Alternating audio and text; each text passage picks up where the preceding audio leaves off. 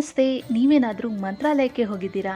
ಅಲ್ಲಿ ಯಾವ್ಯಾವ ಪ್ಲೇಸಸ್ನ ನೋಡಬೇಕು ಅಂತ ನಿಮಗೆ ಗೊತ್ತಿಲ್ಲ ಅಂದರೆ ನಾನು ನಿಮಗೆ ಈ ವಿಡಿಯೋ ಮೂಲಕ ತಿಳಿಸ್ಕೊಡ್ತೀನಿ. ಈ ವಿಡಿಯೋನ ಕೊನೆಯವರೆಗೂ ನೋಡಿ.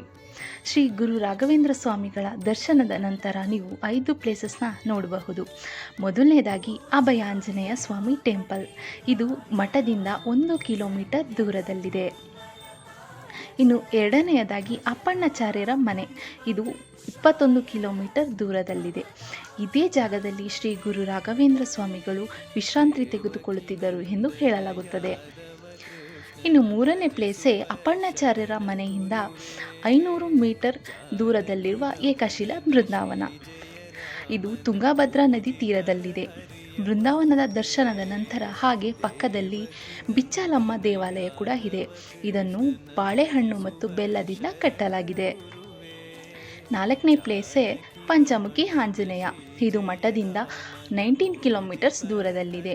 ಇಲ್ಲಿ ನೀವು ಆಂಜನೇಯನ ಪಾದ ಕೂಡ ನೋಡಬಹುದು.